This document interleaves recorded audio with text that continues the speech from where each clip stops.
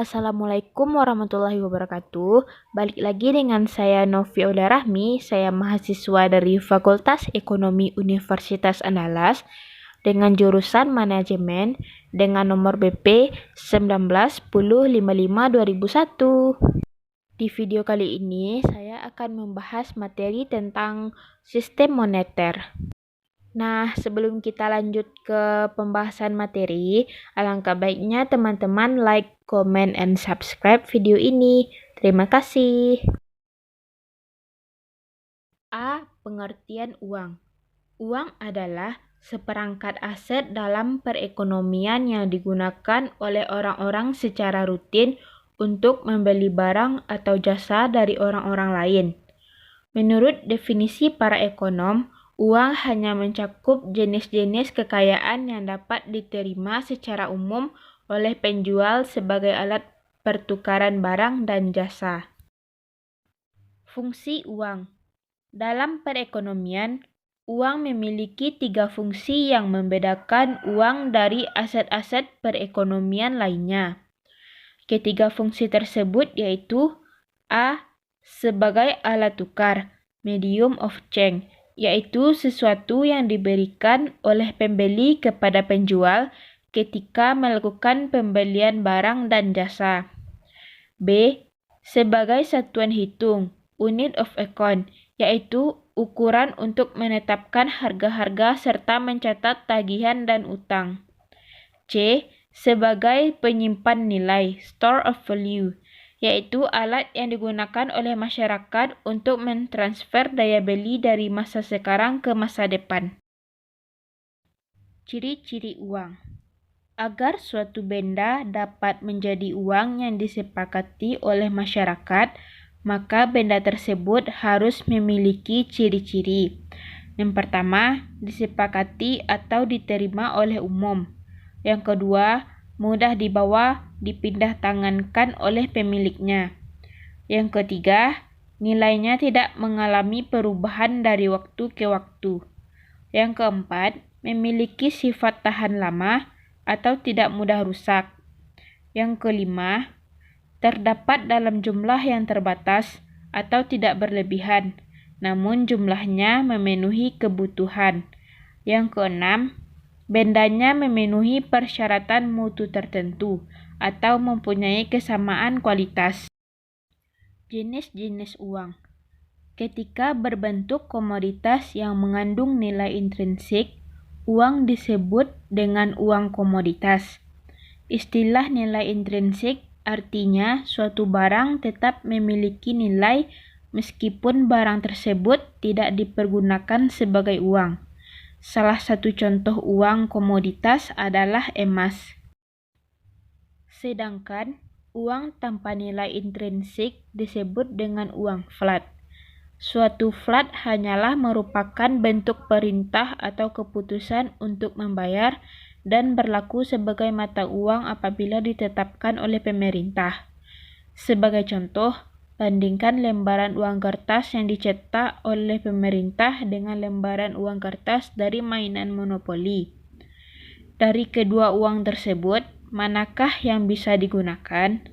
Jawabannya adalah lembaran uang kertas yang dicetak pemerintah karena uang itu yang telah mereka tetapkan sebagai uang yang berlaku di pasaran. Uang dalam perekonomian. Jenis uang yang banyak digunakan dalam perekonomian dapat dibagi dalam 2 jenis, yaitu yang pertama uang kartal, yaitu uang kertas dan uang logam yang diciptakan oleh Bank Sentral. Di Indonesia, yang berhak menciptakan uang kartal adalah Bank Indonesia. Uang kartal merupakan alat pembayaran yang sah dalam melakukan transaksi ekonomi. Yang kedua, uang giral atau uang bank, yaitu uang yang diciptakan oleh bank-bank umum atau bank perdagangan, yang termasuk dalam uang giral misalnya rekening giro, rekening cek, rekening deposito. Uang giral sewaktu-waktu dapat digunakan untuk melakukan pembayaran. Uang giral bukan merupakan alat pembayaran yang sah. Uang dalam perekonomian Amerika Serikat. Sebagaimana yang kita lihat, jumlah uang yang berputar dalam perekonomian disebut persediaan uang, memiliki pengaruh kuat atas banyak variabel ekonomi. Aset paling nyata ketika kita mengukur berapa banyak uang dalam sistem perekonomian Amerika Serikat adalah uang tunai, baik uang kertas maupun uang logam, yang ada di tangan masyarakat. Selain itu, ada juga rekening giro, yaitu saldo di bank yang dapat diakses sesuai permintaan hanya dengan menulis selembar cek. Sistem Federal Reserve. Apabila suatu perekonomian mengandalkan dirinya pada sistem uang flat, seperti Amerika Serikat, haruslah ada badan keuangan yang bertanggung jawab dalam mengukur sistem tersebut. Di Amerika Serikat, badan keuangan tersebut adalah Federal Reserve atau Bank Sentral Amerika Serikat, yang sering disingkat dengan Fed. Institusi tersebut dirancang untuk mengawasi sistem perbankan dan mengatur jumlah uang yang beredar dalam perekonomian. Organisasi Fed. Fed didirikan pada tahun 1941 setelah serangkaian kegagalan bank pada tahun 1907. Saat ini Fed dijalankan oleh Dewan Gubernur dengan anggota sebanyak 7 orang yang diangkat oleh Presiden melalui persetujuan Senat. Di antara ketujuh gubernur tersebut, jabatan terpenting adalah Ketua Dewan yang memiliki wewenang untuk mengatur para staf Fed, memimpin rapat Dewan, dan memberikan kesaksian secara rutin mengenai kebijakan Fed di depan komite-komite Kongres. Presiden mengangkat Ketua Dewan untuk masa jabatan 4 tahun. Fed memiliki 2 tugas yang saling berkaitan. Tugas pertama adalah mengatur bank-bank dan menjaga kesehatan sistem perbankan.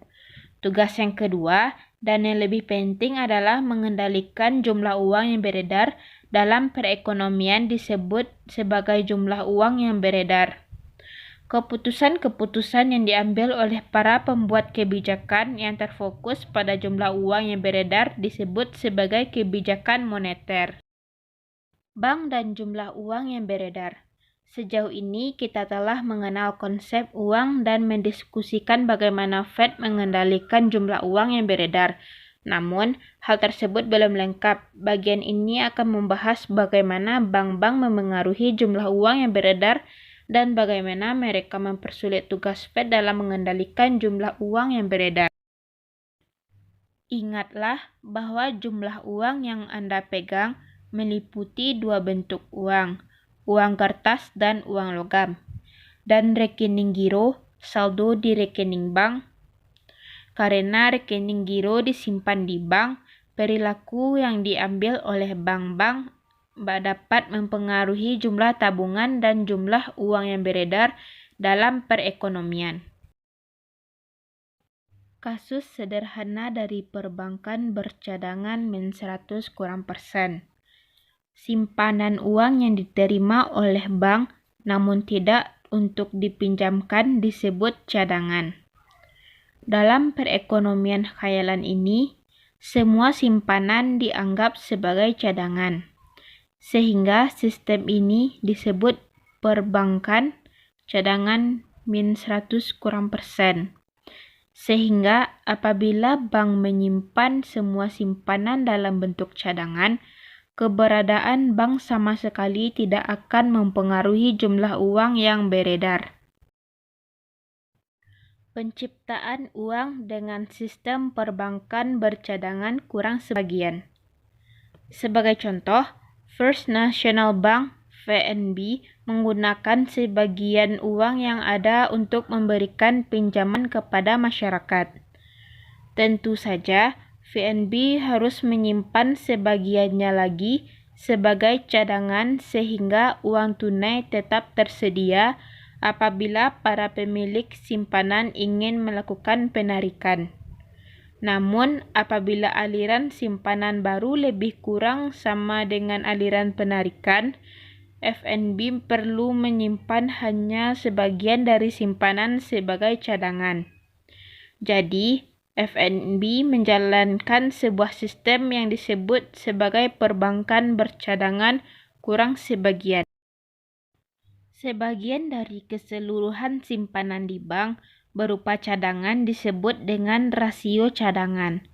Fed juga menetapkan jumlah cadangan minimum yang boleh disimpan di bank, disebut dengan syarat cadangan minimum. Namun, bank juga boleh menyimpan cadangan melebihi jumlah minimum yang ditetapkan yang disebut dengan kelebihan cadangan. Jadi, ketika bank hanya memegang sebagian dari simpanan sebagai cadangan, bank menciptakan uang. Penggandaan uang. Setiap kali uang disimpan dan bank memberi pinjaman, uang sedang diciptakan.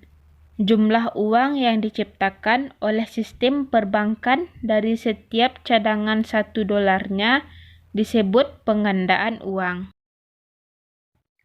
Apa yang menentukan besarnya faktor penggandaan uang? Ternyata jawabannya sederhana. Nilai penggandaan uang merupakan kebalikan dari rasio cadangan. Rumus ini memperlihatkan bahwa jumlah uang yang diciptakan oleh bank bergantung pada rasio cadangan. Jadi, semakin besar rasio cadangan, maka semakin berkurang dana yang diberikan oleh bank sebagai pinjaman dan semakin kecil pula besar faktor penggandaan uangnya. Berbagai perangkat yang dimiliki Fed dalam mengendalikan moneter. Fed memiliki 3 perangkat dalam melakukan kebijakan moneter, yaitu operasi pasar terbuka, syarat cadangan minimum, dan tingkat diskonto. A. Operasi pasar terbuka, yaitu melakukan pembelian atau penjualan surat obligasi pemerintah. Uang yang dibayarkan Fed untuk membeli surat obligasi akan meningkatkan jumlah uang yang beredar. Sedangkan ketika Fed menjual surat obligasi pemerintah, maka uang yang beredar akan berkurang. B.